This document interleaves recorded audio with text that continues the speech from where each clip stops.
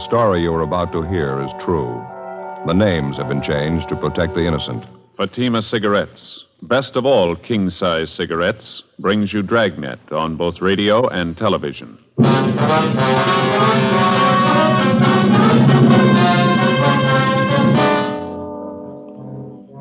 You're a detective sergeant. You're assigned to robbery detail.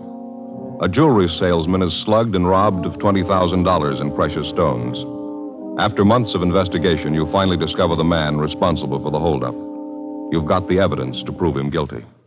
Your job, bring him in. Fatima, America's first largest-selling blended cigarette. Now, best of all king-size cigarettes. Prove it yourself today. Compare Fatima with any other king-size cigarette. 1. Fatima's length filters the smoke 85 millimeters for your protection. 2. Fatima's length cools the smoke for your protection. 3. Fatima's length gives you those extra puffs, 21% longer than standard cigarette size. And in Fatima, you get an extra mild and soothing smoke, plus the added protection of Fatima quality. Definitely the best quality in its class, but the same price as the cigarette you are now smoking. Buy Fatima in the bright, sunny yellow pack. Best of all king-size cigarettes.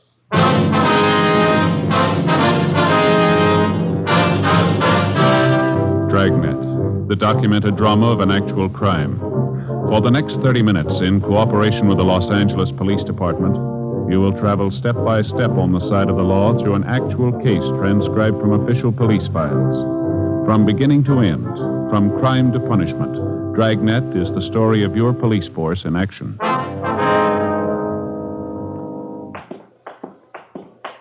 It was Thursday, July 18th. It was sultry in Los Angeles. We were working the day watch out of robbery detail. My partner's Ed Jacobs. The boss is Captain Didion. My name's Friday. It was 1:35 p.m. when we got back to the city hall, the interrogation room. Sit down, Mr. Garvey. Yes, You want to call the captain, Ed? Let him know we're back? Yeah, okay. Thanks. I'd still like to know what this is all about, Sergeant, dragging me down here in the middle of the day. I've got an office. Just a minute, Mr. Yeah, I just got back. Mm-hmm. All of them? Good. Yeah, the interrogation room, right. The others check in yet? Yeah, they're all back. Worked out fine. Would you please explain what this is about, why you've brought me down here? We think you know why. Well, I don't. I haven't any idea. You take me away from my store on a busy day. You put a police guard on it. You insist on bringing me down here. What's it all about? Tell me. No, you tell us, Mr. Garvey.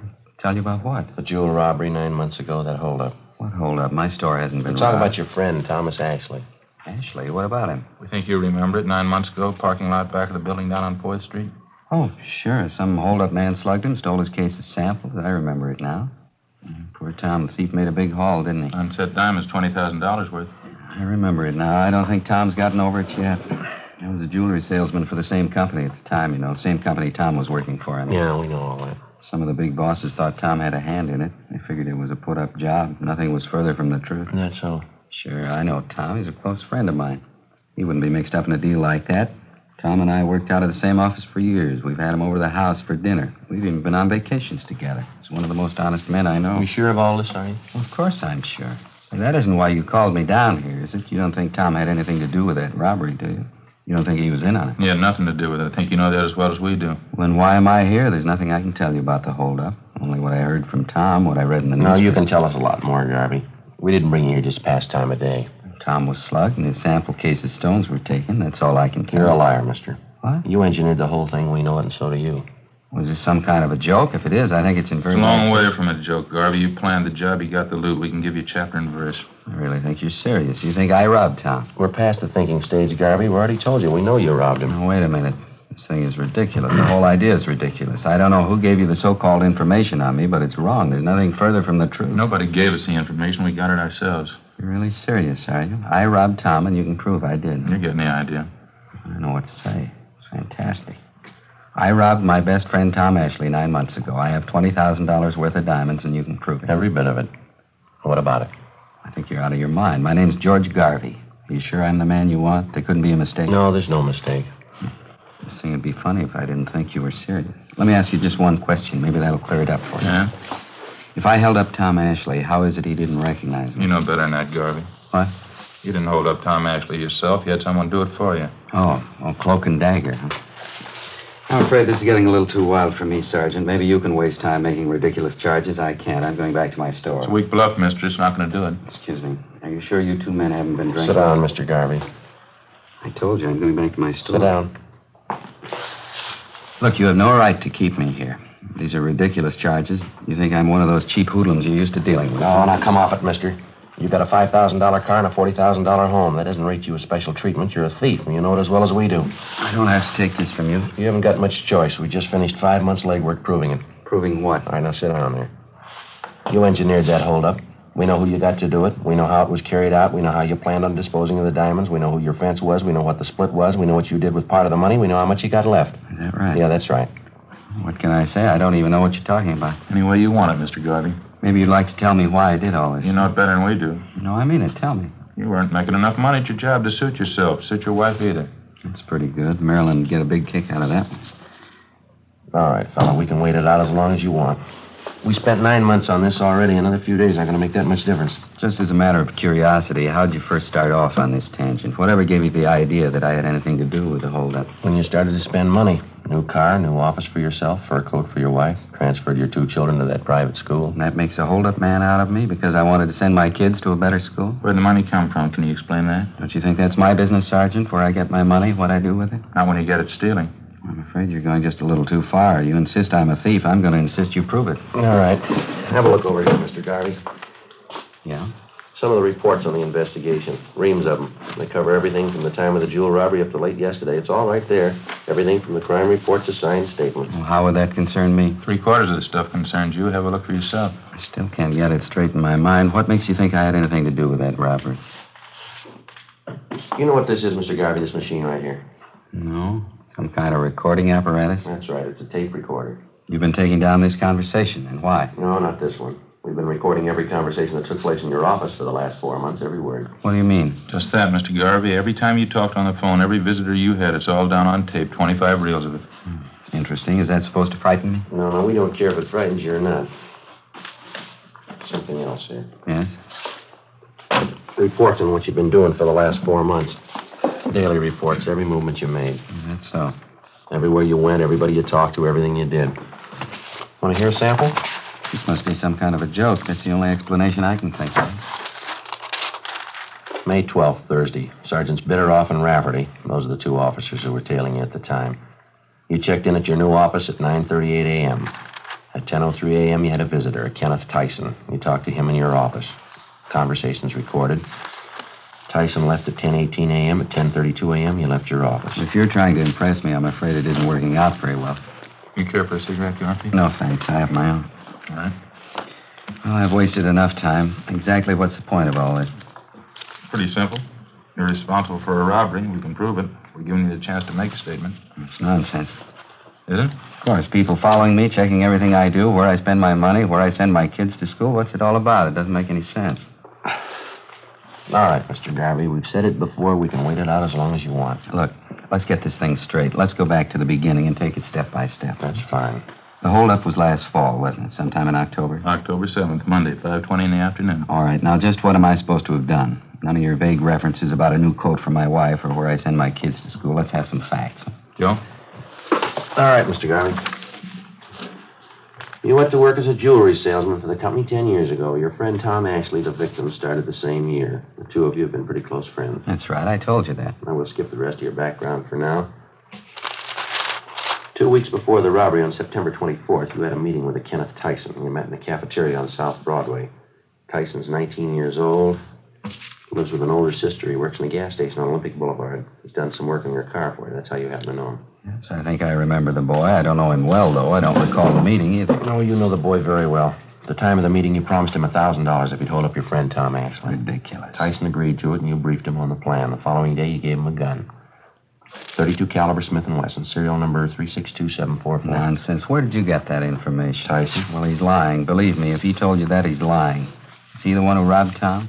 October 7th, at your direction, he was in the parking lot behind the Hunter Crosswell building. Tom Ashley came out to get in his car. He had his case of sample diamonds with him. Tyson held him up, slugged him, took the stones, and got away.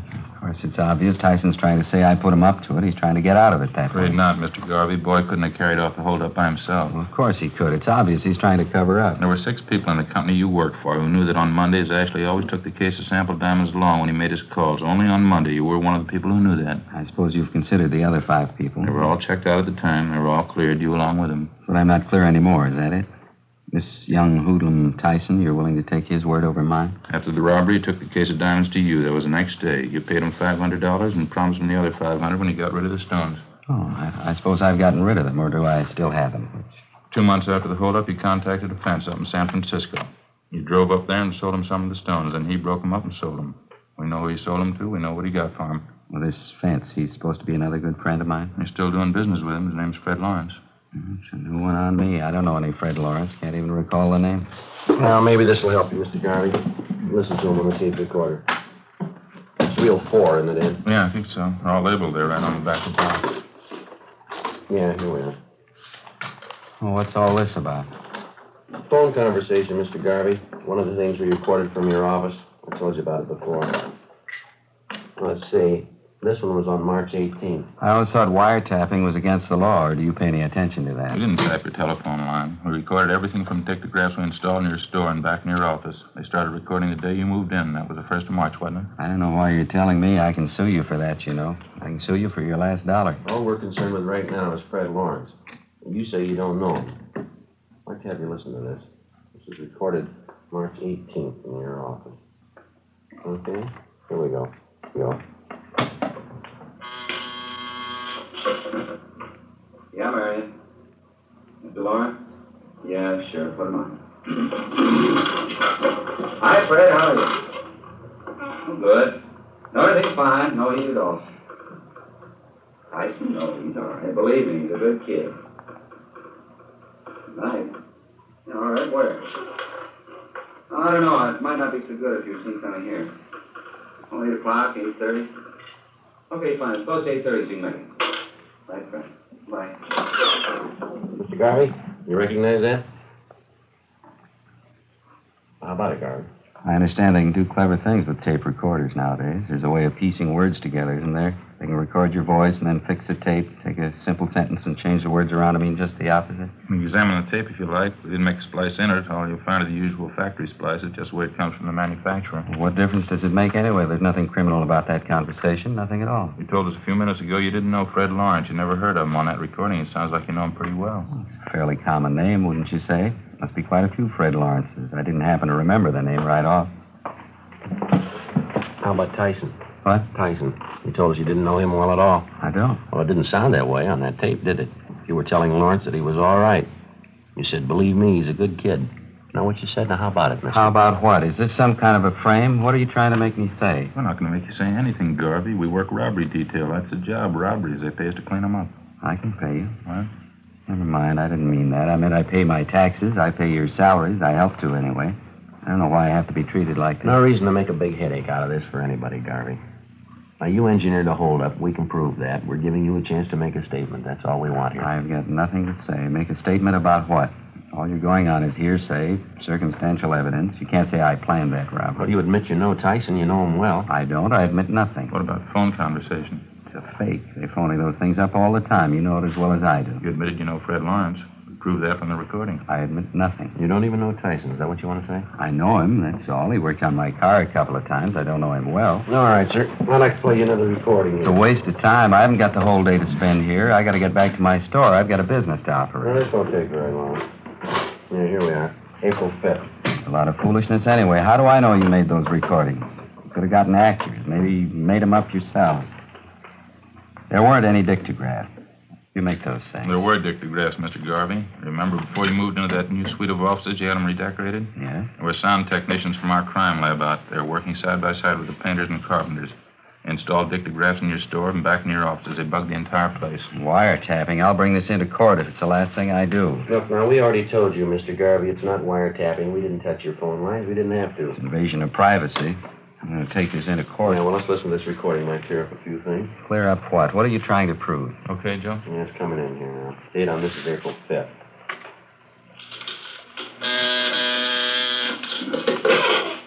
Yeah, Marion. Who? Tyson? Well, does he know I'm in? Yeah, okay, send him back.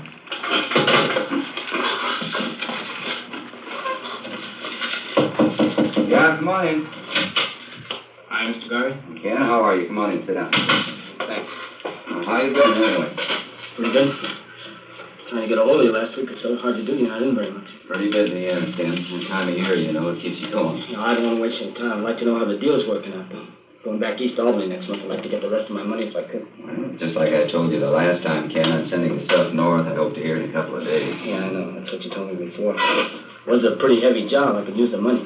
I mean, if it wasn't so heavy, I wouldn't mind, but I got it coming, I think. Huh? Of course you do, Ken. There's no question there. It's just that I haven't got it right now. Believe me, you'd have it in a minute if it was mine again. Yeah, but that was the agreement, wasn't it? 500 before the job, 500 after, and have them last October. That's a pretty good stretch. Now, look, Ken, I told you the truth. I just haven't got it. Now, why don't you drop back in a week or so? How about it, Mr. Garvey? What do you say to that? It's ridiculous, that's all. It's an obvious fake. You can look at the tape if you like, inspect it. You can check every one of those 25 reels. We'll play every one of them for you if you want. Fakes, and they're bad ones at that. Now, look, I'll give you both a chance. Either you book me in on a charge or else release me. You try booking me in, and I'll sue you for false arrest. I'll break you. I'll sue you blind. I can promise you that. Uh-huh. Release me, and I'll get back to work. I'll forget all about it. Now, you name it. Which one? Book me in or release me? Oh, that's fair enough. You're going to give us a choice, huh? You bet it's fair. You could get in a lot of hot water. Now, it's up to you. Which one? You ran a bad bluff, mister. What? We're booking you in.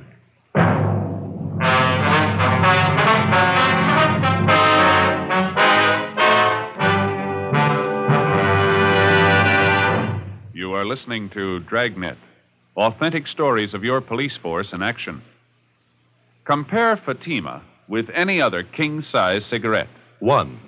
Fatima's length filters the smoke 85 millimeters for your protection. 2. Fatima's length cools the smoke for your protection. 3.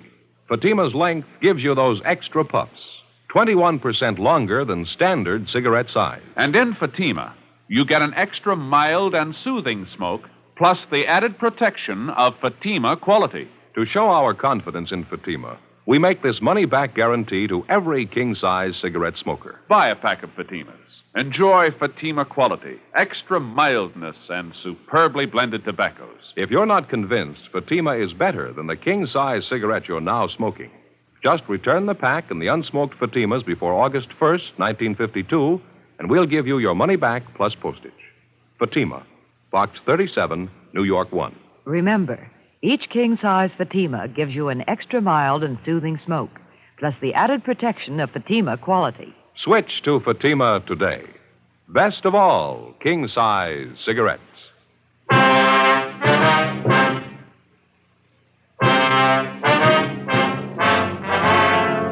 Thursday, 3:55 p.m. Ed Jacobs and I continued questioning the robbery suspect, Ernest Garvey. Despite the evidence at hand, he still refused to admit any knowledge of the $20,000 jewel theft 9 months before. The questioning went on. Garvey's answers became more and more confused. We kept pressing, laying out the case against him step by step. 4 p.m., 4:30. We stayed at it. You must have taken quite a bit of money, didn't it, Garvey? A wife's new fur coat, new car for yourself. Where'd he come from? Now, look, there has to be an answer. Where'd that money come from? Simple. I borrowed it. Where'd you borrow it? Some of it from friends, some from the banks. I don't see how it concerns you. How much money did you borrow? Don't you think that's my business? Wasn't it about $7,000? Is that about right? Yeah. No, it was more. Well, what's the difference? It's my business. You want to grab that folder, Ed? The one Yeah. with the dark brown. That's it. Got it. Complete financial file on you, Mr. Garvey. Took us quite a few wews getting this together. A lot of work. You must like snooping in other people's affairs. No, not especially. It's pretty dull.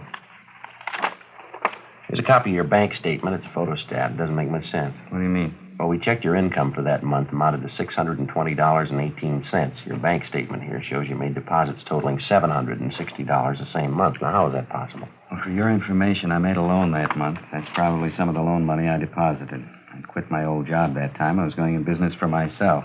I needed the money to redecorate the new store and the office. It's as simple as that. Yeah. The photostats of your loan papers right here. Loan was for $2,000. A month right. before that, February, you'd borrowed from another bank. Let's see, for $3,000. Made another one in April, too. That was for $1,500, different bank again. That's right. Do we have to go over this line by line? In 3 months, you made bank loans for $6,500. Besides that, in the same 3 months, you earned a total of $1,713.88. Together, that makes $8,213.88. What's the point? Copies of your bank statements, Garvey. You have 5 different savings accounts in 5 different banks. They show from February to April, the same 3 months, you made deposits of more than $11,000. Now, how do you explain that? Garvey, any explanation? It's almost 5 o'clock. Can I use the phone? I have to call my wife and let her know. All right. We'll have to listen in on the extension. Conversation's going to be mine. Go ahead. I don't care. Okay. Dial 9 to get an outside line. No.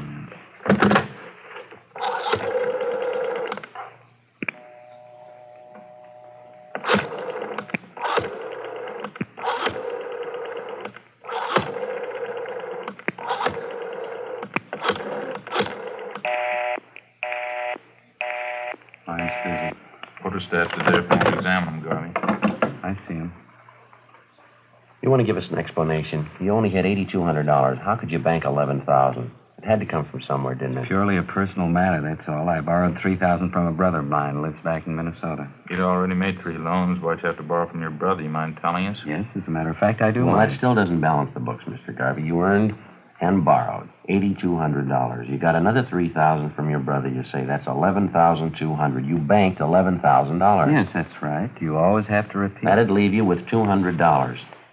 You and your family live for 3 months on $200? Is that Why it? not? That could easily be. A lot of people do it. Yes, sir, but not your family. I'm getting sick and tired of this. You trying to tell me you know my family better than I do, what they eat, what they spend, what it takes to support them? We've been on this thing for 9 months, Garvey. We've put in a lot of hours. We know your family pretty well. If you like, I'll tell you the last time you ordered steak from the meat market when you paid your gas bill, the last time your wife bought a pair of shoes. I guess this is standard procedure for you, huh? Threatening people. We're not threatening you, Mr. Garvey. We're giving you facts.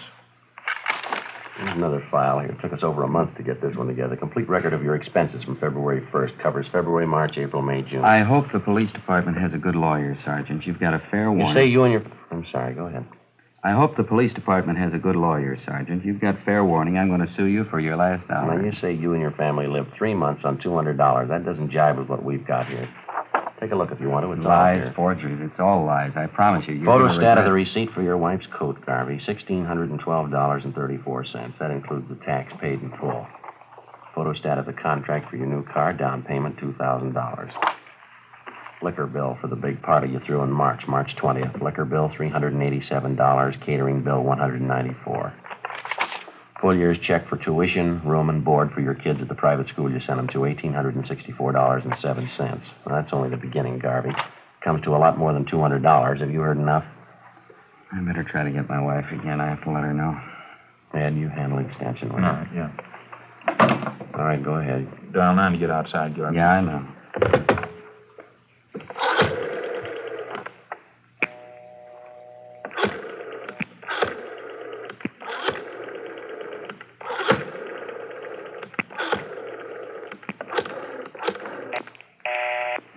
Still talking. She might know I'm trying to get her. Stupid. Well, wait a couple of minutes. She'll get through. Gabbing on the phone all day long. Gab on the phone and play cards. That's all she ever does. Got some more figures here for you, Garvey. Be a good idea if you hear them. Bills for 2 more parties you threw last month. Food bills, liquor Why do bills. you have to keep pushing that stuff at me? So you've been sneaking around, finding out about my personal affairs. That's supposed to be good police work, is it? This is the You kind carried of off thing a robbery, Garvey. We're giving you a chance to make a statement. I told Why you. should I? What for? Give you a statement, have you twisted around, incriminate me? I haven't had anything to do with this kid Tyson. I better try that call. And we'll dial 9 first. I know. You told me.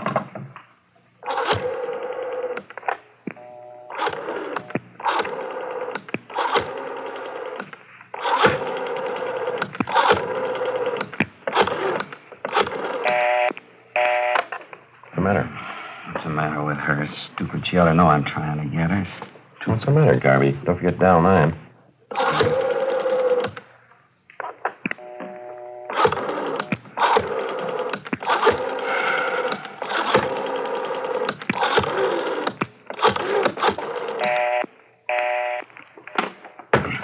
One more recording you ought to hear. I'll just play part. I don't want to hear it. I'll just play a piece. I think you ought to hear it. That's the same reel there. Just fan it over there to that other part, Ed. All right. Tyson, Mr. Garvey, same place, the office.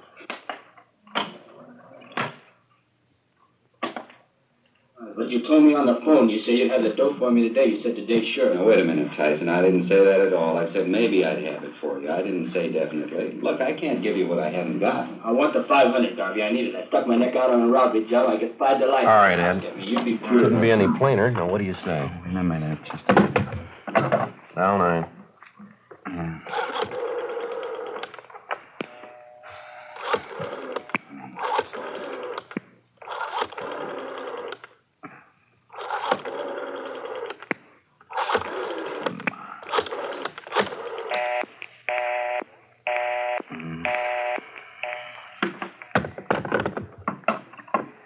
She was never satisfied. She never could be satisfied. Always more. She always had to have something else. How do you mean, your wife? Playing cards, gabbing on the phone, that's all. She just kept writing me day in, day out. I wasn't making enough money. She didn't have any clothes. Kids ought to go to a better school. We ought to have a new house. On and on. I ought to go in business for myself, make money, lots of money. Same thing, all the time. Talk, talk, talk. There's only so much you can take. You figured the robbery'd solve the problem, is that it? Guess so. I'd have tried anything just to shut her up, get her off my back for a while. I guess you got Tyson, huh? The other man, too, Fred Lawrence? Yeah, they were picked up this afternoon. Lawrence at the airport, Tyson and Show downtown, all three, all at the same time. What about your wife, Garvey? She know you planned this robbery. Oh, I didn't tell her. I think she knows, though. Pretty sure she does. Maybe she'll be satisfied now. The lousy money, she had to have it. Didn't even leave me enough to pay off that kid Tyson. Private school for the children. Wall-to-wall carpets in the house. New dishwasher, new coat, new car, everything. She just had to have them. You want to take me, book me in? I don't care. All right. We'll stop off down the hall, take your statement. Sure, I don't care. All right. Let's go. Oh, say, just a minute, huh? Yeah. It'll only take a minute.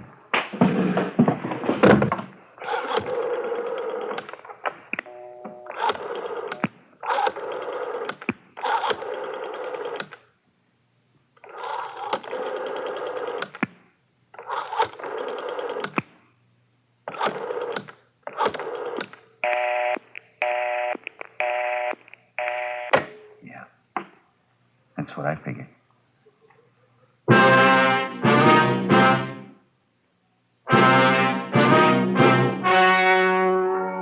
The story you have just heard was true.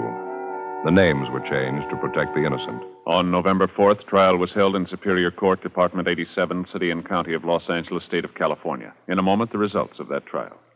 And now, here is our star, Jack Webb. Thank you, George Fenneman. Friends, I make it a habit to carry 2 packs of Fatimas around with me. One's for my smoking, and the second one's for smokers I see with other king-size cigarettes. All I have to say is, here, compare Fatima. I know they're going to be sold on Fatimas the next time we meet. How about comparing Fatima yourself? You'll find Fatima's length filters the smoke 85 millimeters, cools the smoke, all for your protection. You get those extra puffs because Fatima is 21% longer than standard cigarette size. And Fatima gives you an extra mild and soothing smoke, plus the added protection of Fatima quality. Prove it today. Buy Fatima.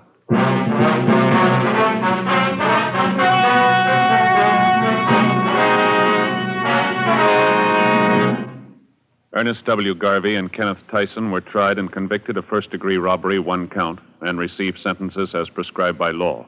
Fred Lawrence was tried and convicted of receiving stolen property, 1 count. First-degree robbery is punishable by imprisonment from 5 years to life. Receiving stolen property is punishable by a prison term of not more than 5 years.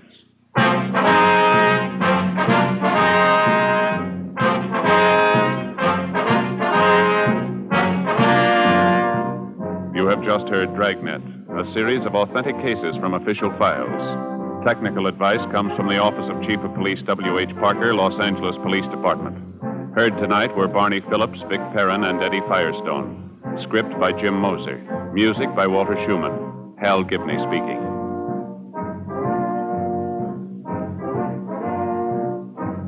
Fatima Cigarettes, best of all king-size cigarettes, has brought you Dragnet, transcribed from Los Angeles.